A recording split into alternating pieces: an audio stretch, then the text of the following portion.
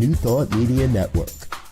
We are a global broadcast network of positive music, media, and entertainment, inspiring humanity's evolution along the journey of enlightenment and creating a world of love, peace, empowerment, and prosperity for all.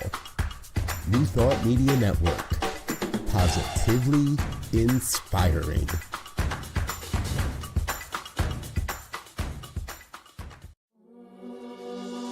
Free my mind, open my heart with the whispers of truth. To live a conscious life, to live a conscious life on the growing edge. On the growing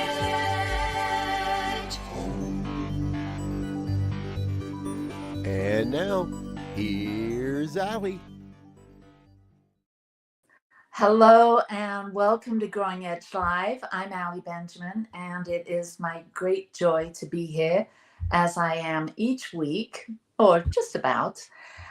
We are sponsored by Satya, the Satya Center, which is a spiritual community that I founded, I don't know, in 08, 09, here in Northern Utah.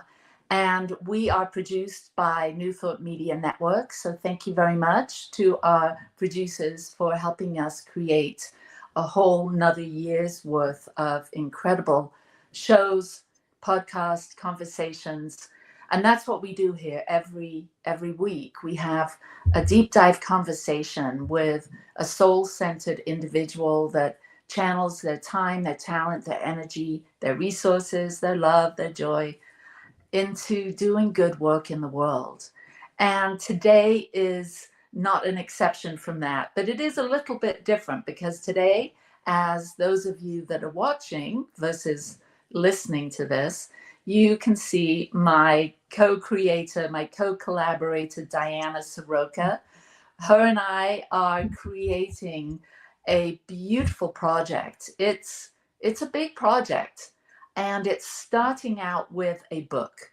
And so Diana and I, for the last few years, have been what I call stirring the dream cauldron, or creating something, noodling, coming together to put our minds and our hearts and our energy together to create something beautiful.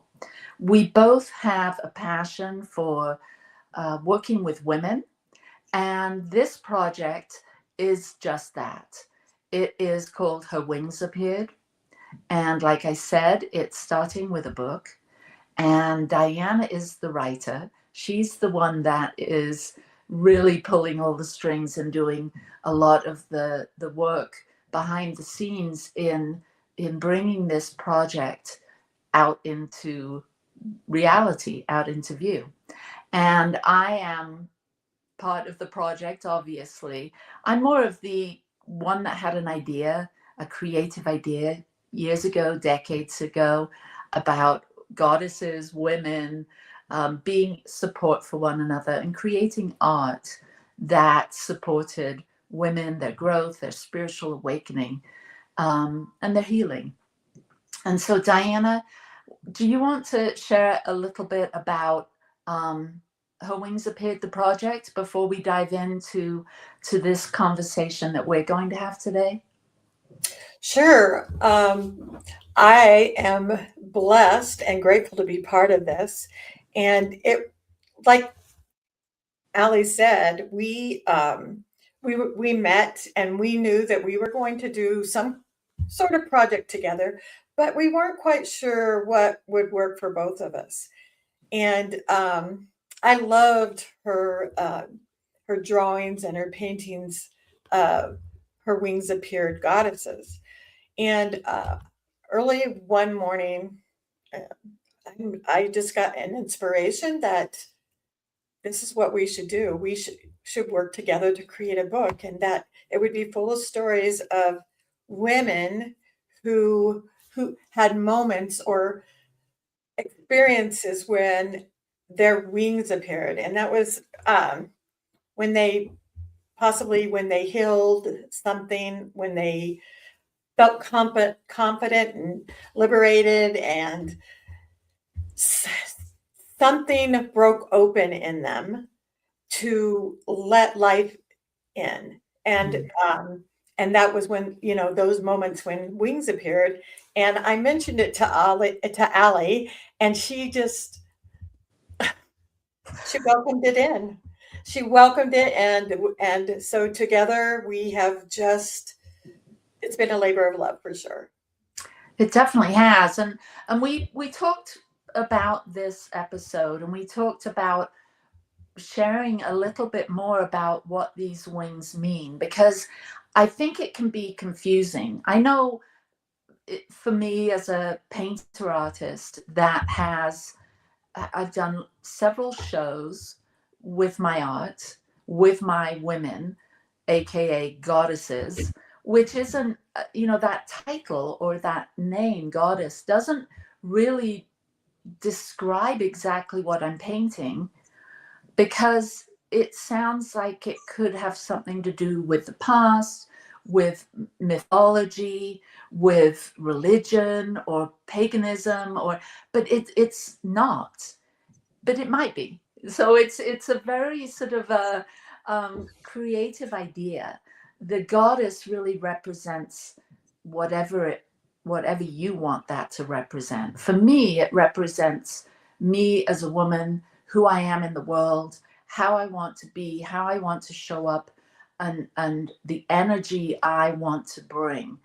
It, to me, a goddess, or one of my paintings of these women, is to help people, women and men, but women primarily, have a deeper look at who they are, who they're becoming, who they want to be. And so I've been doing these paintings for decades now. And eventually I got into galleries and exhibits and competitions with my art.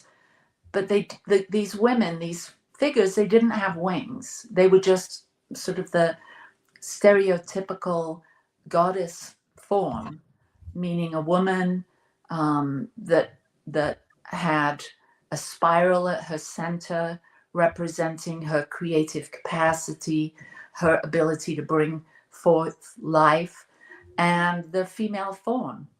And so I would create these images, but then in COVID, the lockdown, I moved out onto the road with my husband, and we traveled around the country for a year.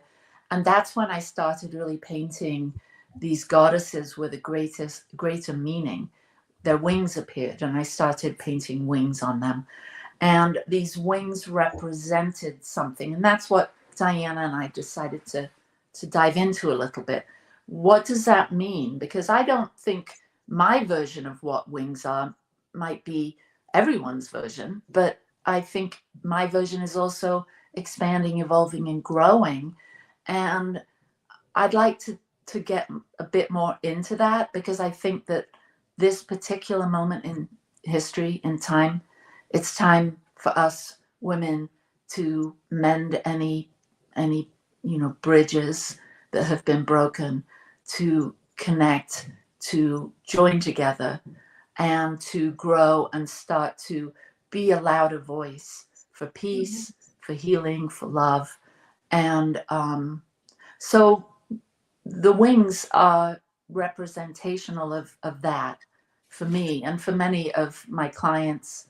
And I work with women in circles. And so we talk about these things.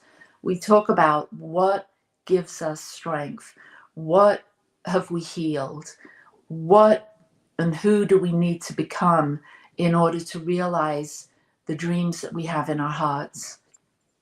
And so what about you, Diana? When you've seen these images, you've been writing stories. I think you've got over 20 now of moments where either a lived experience or an experience someone else has shared with you. You've written a story about women or yourself growing wings or having that moment, that aha. And so can you talk about what wings have meant to you as you've written these stories? Yes, I've reflected on this so much, trying to get really clear on what this means to me. And I want to say this first because I think it means something that, a lot of us, we assume that once your wings appear, they're there forever. Like you cross this invisible line and suddenly you're healed or, are feeling really confident or that you're done. And I don't believe that. I I believe that we women are born goddesses. That we come into this world pure and lovely and beautiful goddesses. And that part of us is like intact from the very beginning, and there's nothing that can take it away. Nothing. But in this human life, our wings don't stay open all the time. And maybe it takes a while for them to open, or maybe they don't stay open for too long. And that's simply because we're human beings. We feel, we think, and we do as humans do.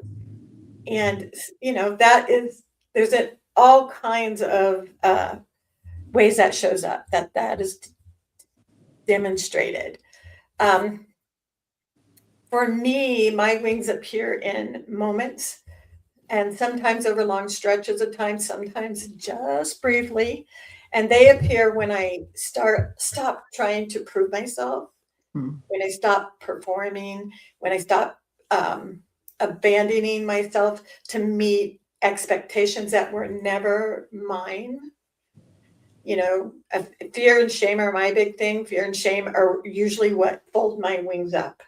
Mm. And that could be fear of, being too much, not being enough, fear of judgment, shame that tells me that I should know better by now, or that, that I'm not, who I am is not quite right.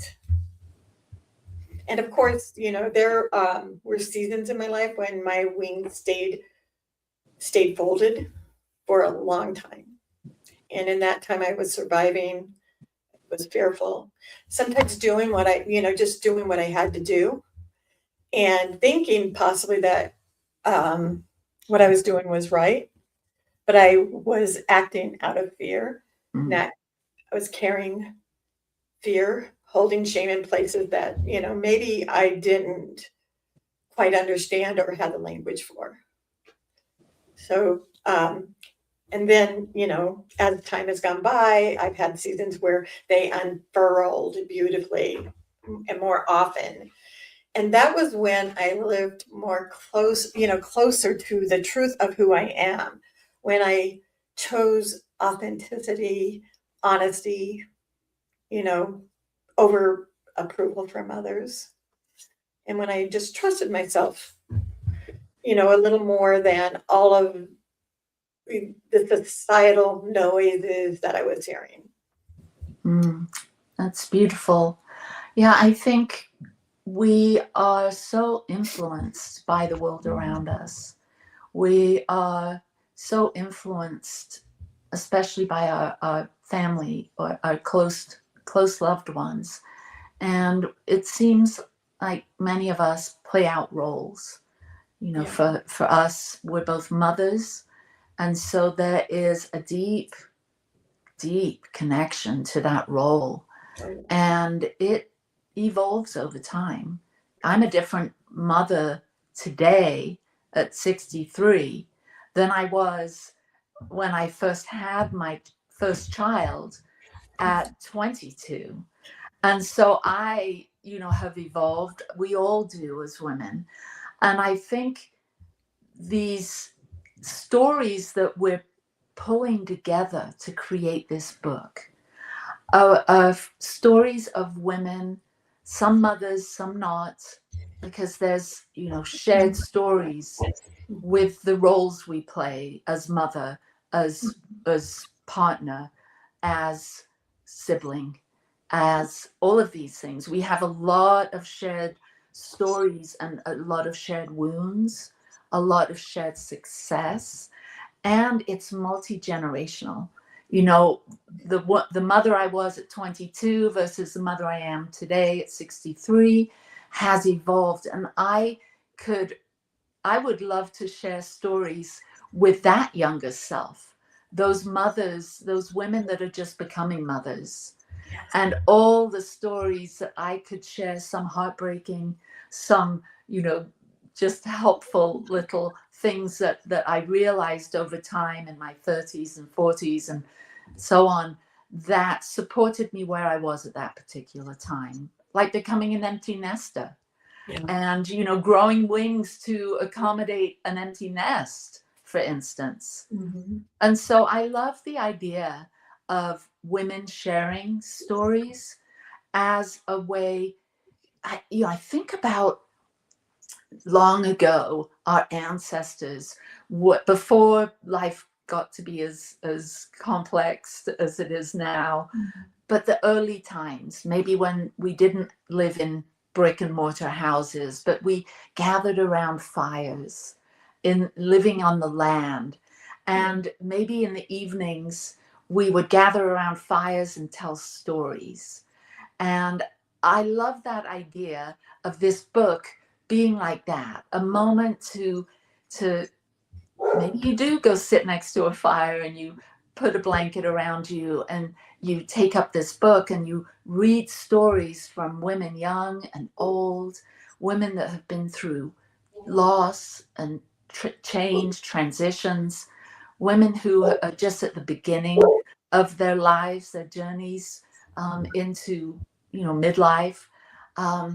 So that's what I see for this book, is to be a comfort, to be a source of inspiration and a source of wisdom from elder to younger, and then the amazing wisdom that the younger generation give and offer to us elders, and women that are much older than Diana and I.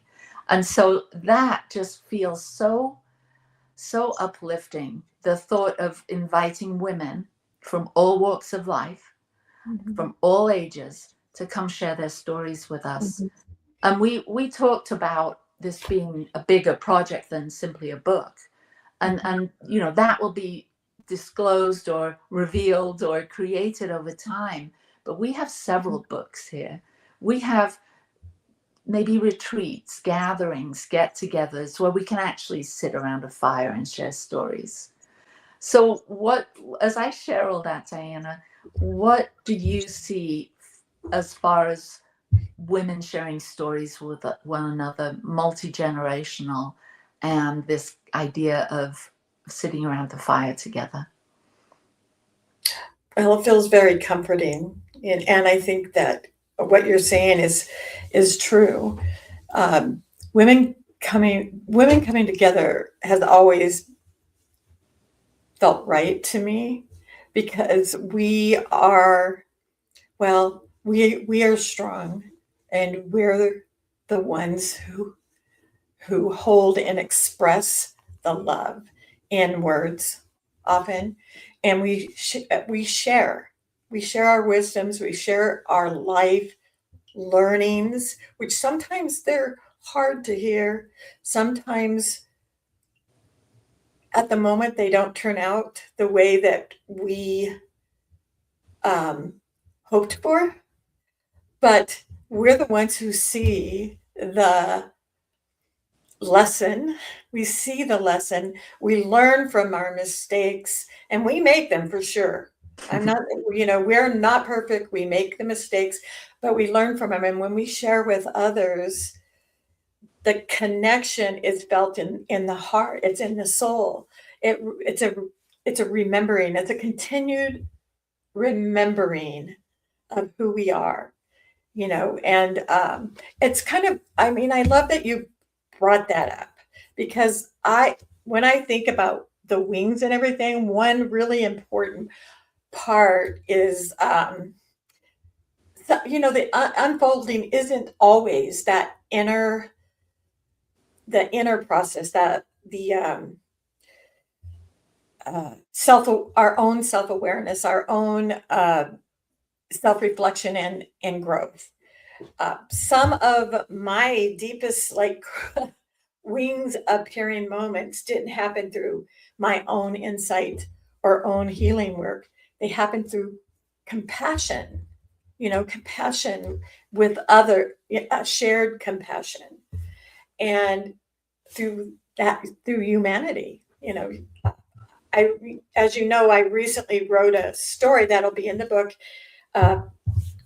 and we haven't figured out titles quite yet, but this time I'm calling it In Fernanda's Chair. And that's a time when I slowed down to truly see, another person, to honor their dignity, to be present with them without trying to fix them or something like that. And those kinds of moments change you. They open something that's unfolding too, So for me, this book that we're writing is going to be that shared humanity, the shared stories we have, the shared experiences, and the learnings that possibly others won't have to go through because they hear us. They hear us. And they see, they see themselves in our stories. When I meet my shame and my fear with compassion, possibly my wings come out. When I remember that we women, we human beings, we belong to one another. That's what the hope of this book, is for me. I think that you and I are definitely, it's synchronistic in this and where we're going. We have different words to say it, but we're right on the same path. We want to bring together women. We want to share our hearts and our stories with women, and we want them to share with us as well. So, yeah. Yesterday I took my husband and I took my granddaughter to see the new Avatar movie.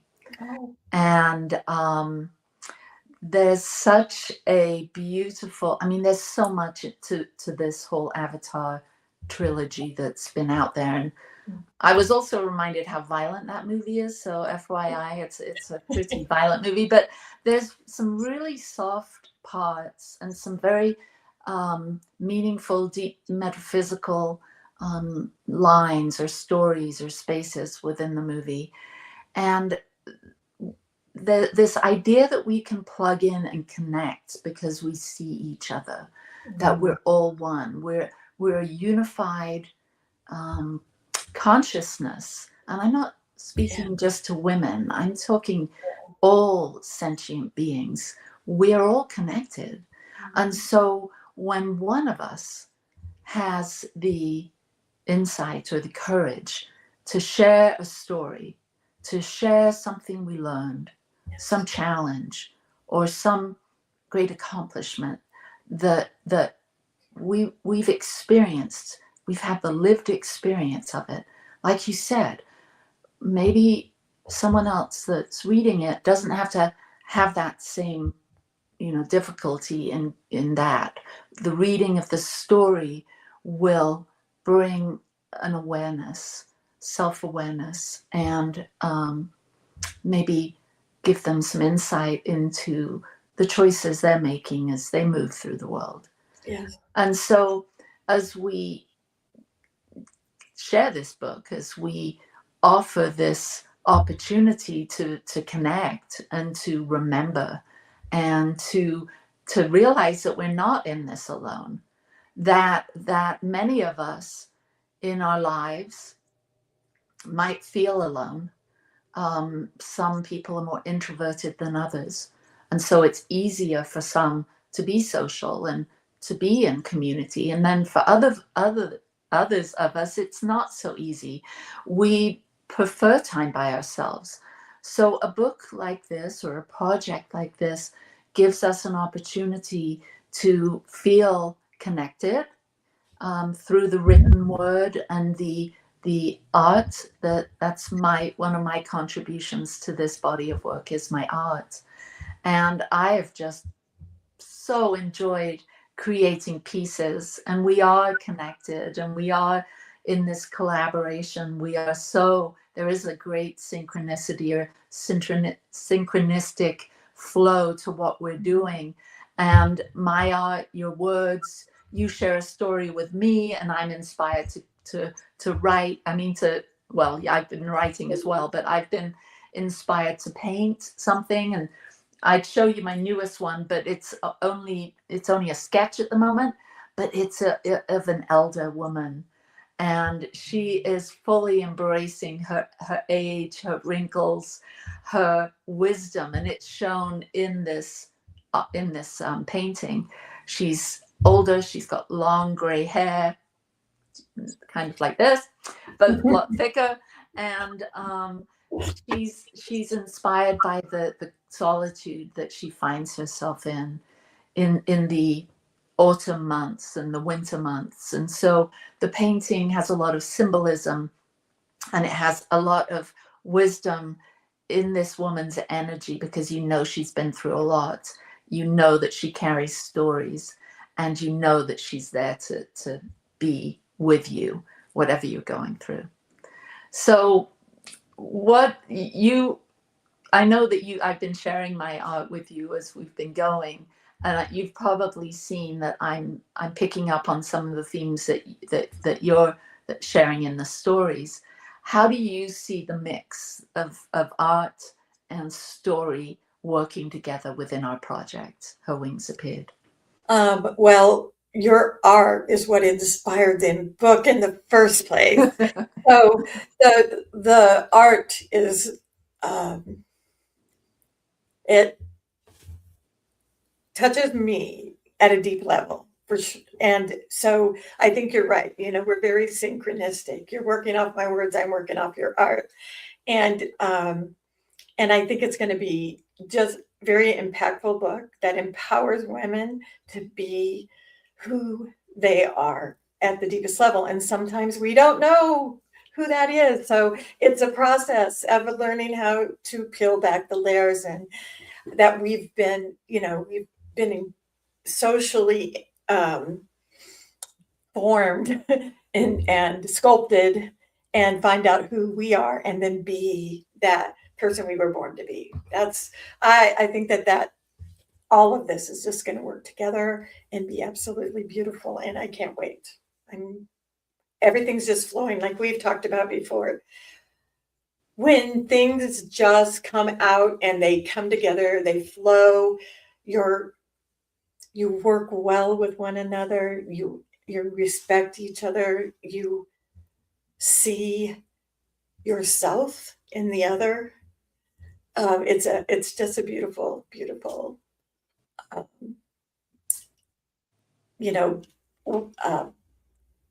help me with my words there. Beautiful work of art. Yes. Yeah, it is. We're creating an experience for people that is a collaboration of our energy. It's a collaboration of our passions. And I think that there'll be many ways that this book will be a transmission of our hearts, our creativity, and our wisdom. And it will be sort of like an activation for people. Mm-hmm. This book isn't just something that sits on your bedside table, or it's going to be something that you can pick up and meditate with. It's going to have wisdom. It's going to have grief. It's going to have great joy. And I think it's going to be sort of like almost like an inspirational deck of cards, or like a calendar when you turn the page to the new month and there's a new image and it's a new month. Every page, every piece of art, every story is going to be an opportunity for you to find yourself, for you to discover something about yourself. And the energy that we have placed into it is going to touch people in different places at different times for different reasons. And so it's not a static piece of work. It's a living, breathing, evolving something. Similar to when you read a book for the second or the third time, and I'm not talking about this book, but any book, you can often, I've had this experience, you read it for the second time and you hear something different. You read it for the third time and it feels like it's slightly different. Did I miss something in the first couple of times I read it? Because you hear something different, and that's because you're different. You're in a different place, and so you're experiencing something different. And this book, this project is like that. It's evolving, it's growing, it's going to meet you where you are if you let it, if you let it in. So we're going to go to a short break, and then we're going to come back, and Diana is going to share one of our stories. We'll see you in a minute.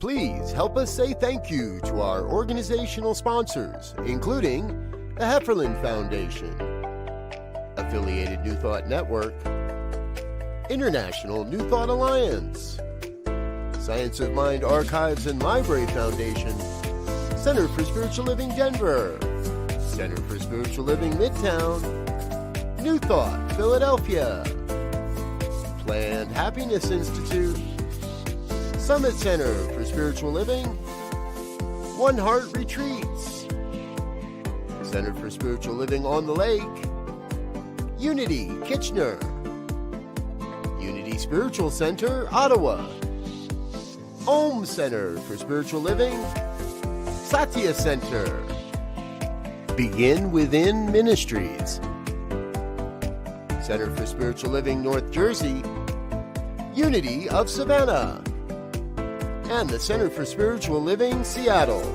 as well as all of our individual donors. Thank you for being part of the New Thought Media Network. Please like, share, and subscribe. New Thought Media Network, positively inspiring. And we're back. So it's our intention eventually, once we've got all of our stories in from the women, and currently they're in the thick of writing their stories. And in January and February, we will be bringing them together and sort of laying out the book in the order that we want the stories to flow. And so we're still in this really wonderful place of creation at the moment. But the women, and they're from all over the place, are sending in their stories, and Diana's working with them, helping them to create edits or give them some feedback. And eventually we're going to have the women on the podcast. We're going to have them right here on Growing Edge, on the growing edge of their own evolution, to share their stories. And so it's not, that's what I mean about this is a collaborative, this is a dynamic project that isn't just going to be a book. It's going to be it's going to be this podcast. It's going to be women. You're going to get to see them in person, sharing not only the story that they wrote for the book, but sharing about their lives, how their lives got to be the way they are. And so the depth of their impact isn't just in the story. It's going to be in actually meeting them, connecting with them. And so what do you have to say about the project, where it is right now, and the thought of bringing women on and having the three of us have episodes where we dive more deeply into who they are and what they're doing? And I know we're going to share a story today. Well, I think we're exactly where we're supposed to be. Everything is moving forward, and we have a beautiful, amazing group of women, and I'm already learning from them. they have such wisdom and stories. You know what? Um, it's so, I guess, calming to me to know that I'm not the only one, that we all go through hard things and we find our way through. You know, we find our way through, and these women have done that. They've gone through hard things. They found their way through in beautiful ways, and they're sharing them with us so that we learn from them. And I definitely already am. So Yeah, me too. I haven't read the stories that have been submitted yet, but I've read your stories, and oh my goodness, there's so much in reading a story that you take in, and it does shift something inside you, and it helps you to, especially if it's a story about a relationship. I find a lot of insight into understanding, hearing people share their stories about challenges they've had in their relationships, um, that help me in my relationships, that help me be a better me, because I can see somehow when I read one of these stories, I can see some of my blind spots, some of the things that I do that it's so much clearer when I read it through, someone else's story. Like I can see, oh, that wasn't such a good idea, but I can't see it inside me because it's like my nose, it's so close to my face, I can't see it. And so when I hear another woman sharing in a very vulnerable way something that she's discovered or overcome, then I can, gently offer some of this, wisdom to myself and to my personality, so I can maybe smooth off some of my rough edges. And so it's been really helpful reading your stories, Diana. yeah, thank you. I love writing, first of all, and I love sharing my stories. It's therapeutic for me, and it's helpful to others, and that is why I do it. That's fills me up. Yeah. Yeah. I just wrote one of the stories that I'm adding to the pool of stories here, and it's so interesting to gather your thoughts about a lived experience, and especially if it's happened over time. Maybe it happened 10 years ago or so, and so you can re-engage with your own growth throughout the story, from who you were and how you were when it happened, and then who you are and how you are now, 10 years or whatever later. And writing a story helps to kind of just make it like there's wisdom or insights or gifts that come out of the writing of your own story that you wouldn't have received had you not done the difficult task of sitting down and writing or typing out your story and remembering the dates and remembering who was there and remembering what happened, or maybe there's forgiveness that's going on within the story, forgiveness towards yourself because you've grown, or you've quit doing particular things that were self-sabotaging or negatively influencing your relationships. And so there's a forgiveness, there's a remembering, there's a truth that's found within the writing of your own story that is transformative, that is powerful. Yes. And one of the amazing gifts of reading other stories and seeing yourself in it or writing your own is gratitude.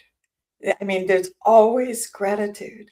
It could be, gratitude for I finally did this, or gratitude that I made it through that. And I did pretty good considering, because there's a different lens when you're looking back at things that were hard and reflecting on it. That's pretty much what you just said. But yeah, I'm right there with you. Yeah, because so many things, what I found when I was writing the story, there's so many parts of the story that I've kind of hidden away, like there's things that were maybe difficult that I just kind of put in the back on the back burner, or didn't want to look at because it was painful or it stirred up difficult emotions. But actually, in bringing that to the light, it loses its my perceived negative energy around it, and so it softens the harshness. And I think that's another part of women coming together, or men. I know my husband's led many men's groups too, coming together with your peers and sharing and being open, being vulnerable, learning from one another. It's such a gift, a powerful gift we can give ourselves. And so this book, even though it's not people coming together so much in person, but it could be like a book study or a book group, or something could form in of that nature out of this. But that sharing, that collective discovery, and building consciousness, it's not just happening for me or for the women in my group or the people that purchase a book and take it into their own lives. We're creating an expansion in the collective consciousness, because I think of that phrase, things buried alive stay alive, meaning when we bury our thoughts or our uncomfortable feelings or our stories or our shame or whatever, that has an unhealthy repercussion of things that we don't bring into the light can cause us some pain. And so bringing things into the light and allowing the light in and expanding our reach through the sharing of stories, it can only be a blessing for everyone. Yes. So go ahead, and then I want you to share your story. Okay. So I was just going to say, when that happens, when you're able to bring that shame, that fear, whatever it is in your story, and it could possibly just be here, but it comes out in a story and you tell how you feel and someone else resonates with it and they do their thing. But for me, when I tell my story, and I've got some stories that I'm not exactly proud of, but I'm sharing them because I've gone through this healing process, this awakening to my own shadows, and seeing myself, and still seeing myself as a goddess. And that is so refreshing. And like you said, expanding and liberating. I just can't even tell you, when you settle with yourself, when you come to terms with something and you're ready to let it go, and you do, it's amazing. It is. Yes. So I do have a story I'm going to tell you, and this one is not in the book yet. I've been wondering about it, but I'm going to share it because I do see it as a beautiful moment that my wings appeared. So I'm going to just use a few notes so that I remember the details I want to tell you. So my mom was recovering in a Texas hospital after surgery. It was a Monday, and they were removing a pancreatic tumor. And this surgery went really well. The tumor was benign, but this particular surgery on the pancreas is very hard on the patient and super painful. And I had flown in from Arizona to be with her. So she was pretty much out of it a week. On Thursday, she was feeling a lot better. We talked about the new home that she and my stepdad were buying, how she wanted to decorate each room. She was so excited about it. And at one point she said, I'm feeling better. I would really love a sponge bath. But the nurses were too busy. They couldn't get to her. And I am not the most nurturing person. I would never be a nurse. But I'm just not that person, and I can say that. But I asked her if she would like me to give her the sponge bath, and she said yes. And so, of course, I went forward with it. And I just want to tell you about this. I don't really have the words to tell you the magnificence of this experience. The love between us was overwhelming. It was sacred and it was intense. I could feel this energy between us. We barely spoke. I washed my mother's body, and tears were in her eyes, and they were in mine too. Mm. And when I finished, my mom thanked me from a place that I've never seen before. And she told me that she loved me, and of course, I told her that I loved her too. I'd been staying in the hospital with her, but at her insistence, I was supposed to stay across the street in a hotel that night to get some sleep because she was feeling better. But something in me said, stay, stay. And I asked her, Mom, do you want me to stay? And she said, yes.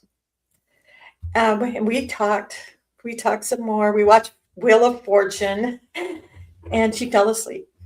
And in the early morning hours, her IV alarm went off, and the nurse came in, did her thing, and Mom woke up briefly. I asked her if she was okay. She said yes, and then she drifted off to sleep. And I was just sitting there in the dark for, I guess, gathering my thoughts, and I heard her talking in her sleep. And I had enough experience with death to know what that might mean. Mm-hmm. So I'm sitting there, I'm listening, and a few minutes later, I heard her breath change. And I called out her name, a couple times, and she didn't respond. So I got the nurses, they came in quickly, they started working on her. It was very intense and scary. I stepped into the hallway. And then that's when I felt it. This deep, warm, radiant heat just entered my head. I felt it enter my head, and it moved very slowly through my entire body. And as it went, it calmed my body. And I was really aware of how hot it was. I knew it was her spirit. I knew she was gone, and I knew she was okay. And if I hadn't listened to my intuition, I would not have been able to receive those gifts that she gave me as, the honor to be in the room as she passed from one realm to the other. And I was in shock and grief, but I also felt immense gratitude in the moment. So when my wings appeared, when I followed my intuition, and what I noticed it too is my mom's did too. Mm. So that's one story. That is such a moving story. What a difficult experience to have with your own parents, with your mother. And what a beautiful experience of bathing her and having one of those, having a moment like that is so far outside of the normal way that you connect, and having that be just hours before her passing. I can really feel the depth of that experience for you, and that it will always be there. That gift for you, that gift of that whole connection before she departed, and then after her departure from the physical, and feeling that heat, that these sensations that we feel when we're really present and paying attention can be so validating and so give us such a glimpse into the depth of life and the dimensions that are here that we're maybe not paying attention to in our everyday lives. But something, that experience and that memory will be a constant portal for you to connect with across time and space, connect with her through that memory and that felt experience. What an absolute gift and a blessing, Diana. Thank you for sharing that. I've not heard that. Yeah, it was beautiful. Yeah. So have you had, I know because you and I talk a lot, that you've had mystical moments, and that you and I are both on a spiritual path, an awakening path, and we've had enough life experience to experience loss and death and birth. And have you had more experiences with your mother in particular since, and how long ago was that?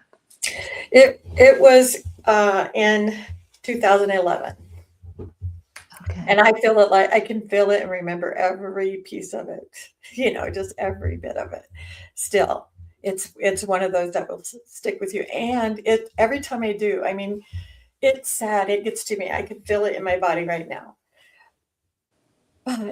And I miss my mom. I do. I miss her so much. But I have peace. I have peace because I got to be there. What an honor to be when she passed, how gentle it was, how peaceful it was. And to know that I'm certain that there were others there meeting her, and I think she jumped at the chance, actually. Oh, that's so interesting. You said jumped at the chance, because I was thinking, my husband, Michael, he had an experience with his mother. She died in his arms. Oh. And we'll have to have him on. Maybe we'll have a collection of stories of around death and dying. I mean, here I am smiling. I can't believe that, because 10 years ago I wouldn't have had a smile on my face as I was sharing a story about death and dying. But something's changed. And stories like yours are so helpful in realizing the beauty that can be experienced in the witnessing of someone's passing.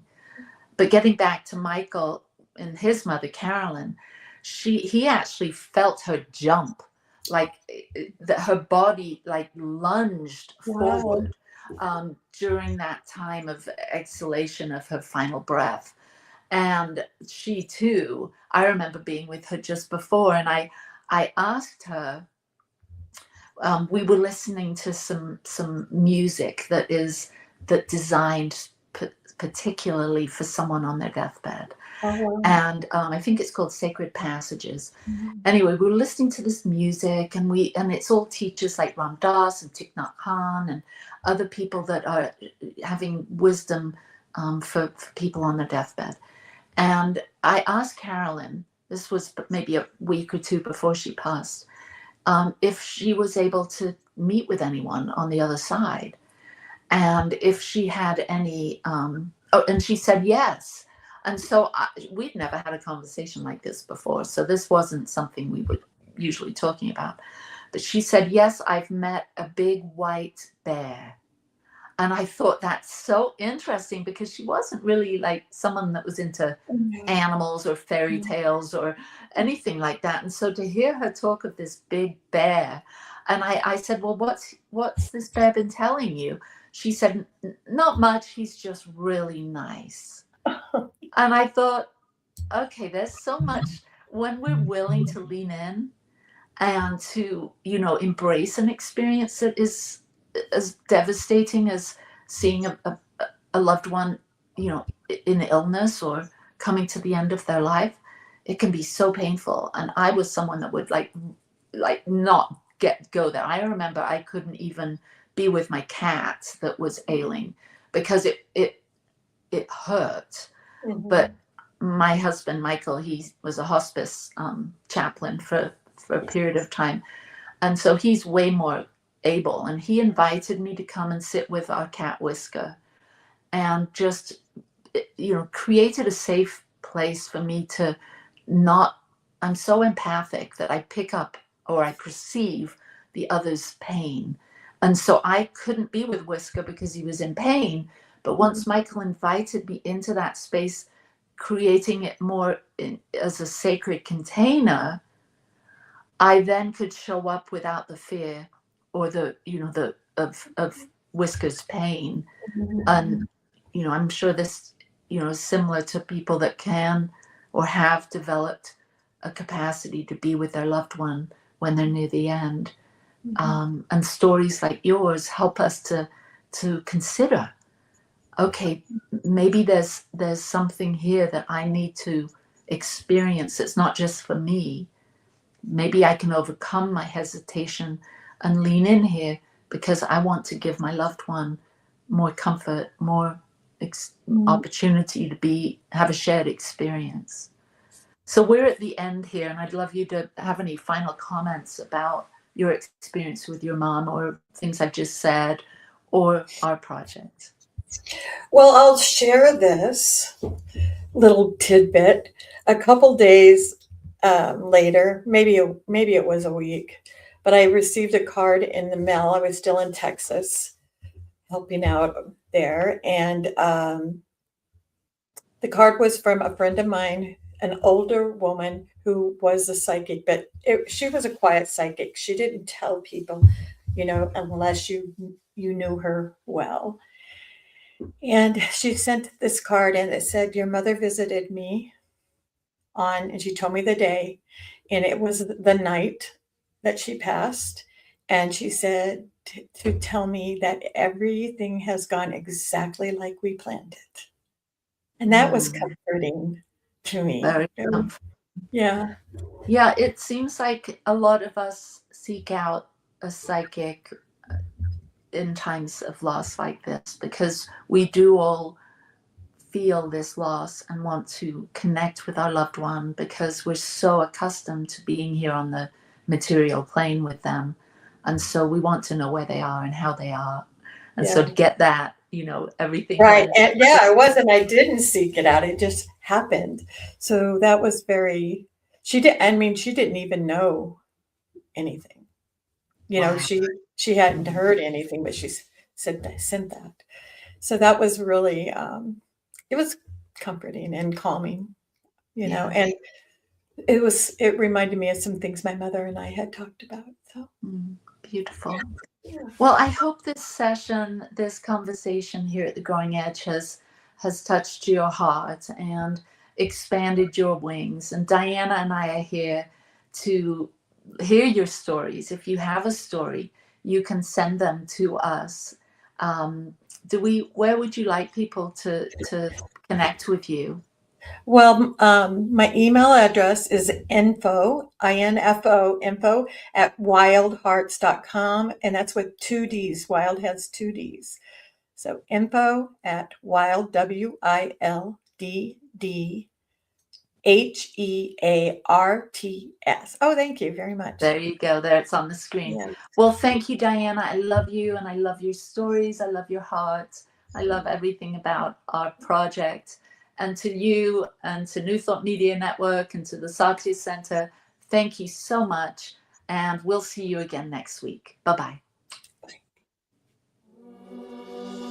Free my mind, open my heart with the whispers of truth. To live a conscious life, to live a conscious life on the growing edge.